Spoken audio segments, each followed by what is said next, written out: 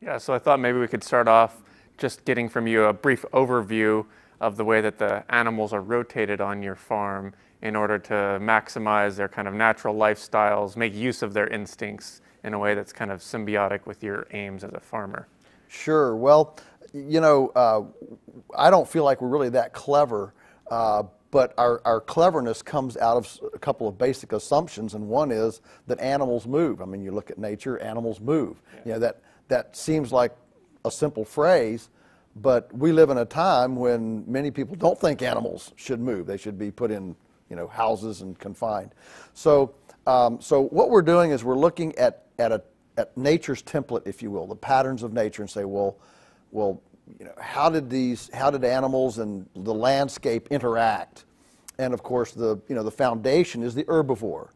And so and the foundation on the landscape is grass, the perennial, grass and trees, and then the animal is the herbivore, so that's the foundation.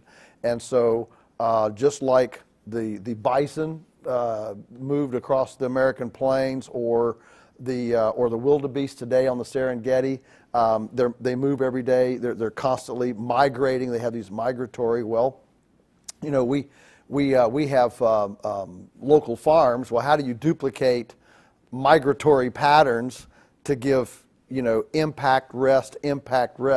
How do you do that with on a farm? So we use electric fence and move the cows every day, roughly at 4 o'clock, to a new paddock. And then we say, well, then how does nature, before the pharmaceutical companies, how does nature sanitize behind this herd of cows that's herbivores, that's leaving manure and urine and all this stuff, drawing flies, that sort of thing. And so guess what? We see birds follow herbivores. The egret on the rhino's nose, the Cape buffalo is always surrounded by these flocks of birds. And so we follow the cows with the eggmobiles, and the chickens then free range out, scratch through the cow patties, eat the fly larvae, spread the cow pats onto the ground to stimulate fertilization, and so you have this symbiosis between the herbivore and the bird, the cow and the chicken. We do a lot of composting on the farm. When it's a day like this, in the middle of winter, we run out of grass. We do feed hay. We feed hay under an awning, so we're putting bedding down, carbonaceous bedding for the cow that builds up, and then we want to compost that in the spring. So that means it needs to be this anaerobic pack needs to be aerated.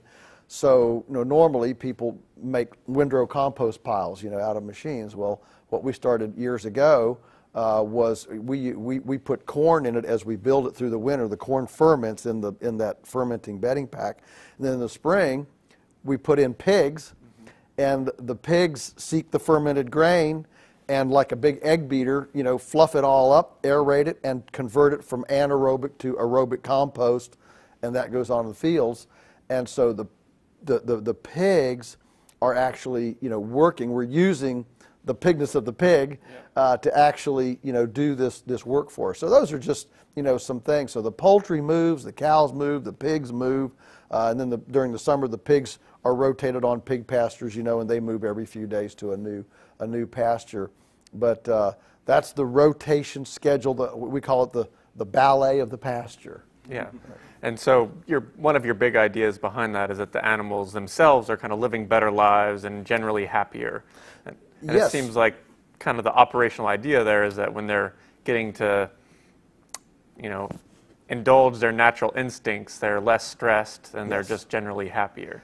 Yeah, we think that social, emotional expression is critical, is foundational to their health, to their vigor and their health, including the exercise and the fresh air and those kinds of things. Sunlight, is #1 detoxifier, sanitizer, if you will. And so being able to, we call it gambole around the pasture, is a critical to the overall health and viability of it. And and when they defecate, then it's right there on the grass to fertilize. You don't have to carry it, haul it, move it, smell it. It's all right there in a very naturally choreographed system.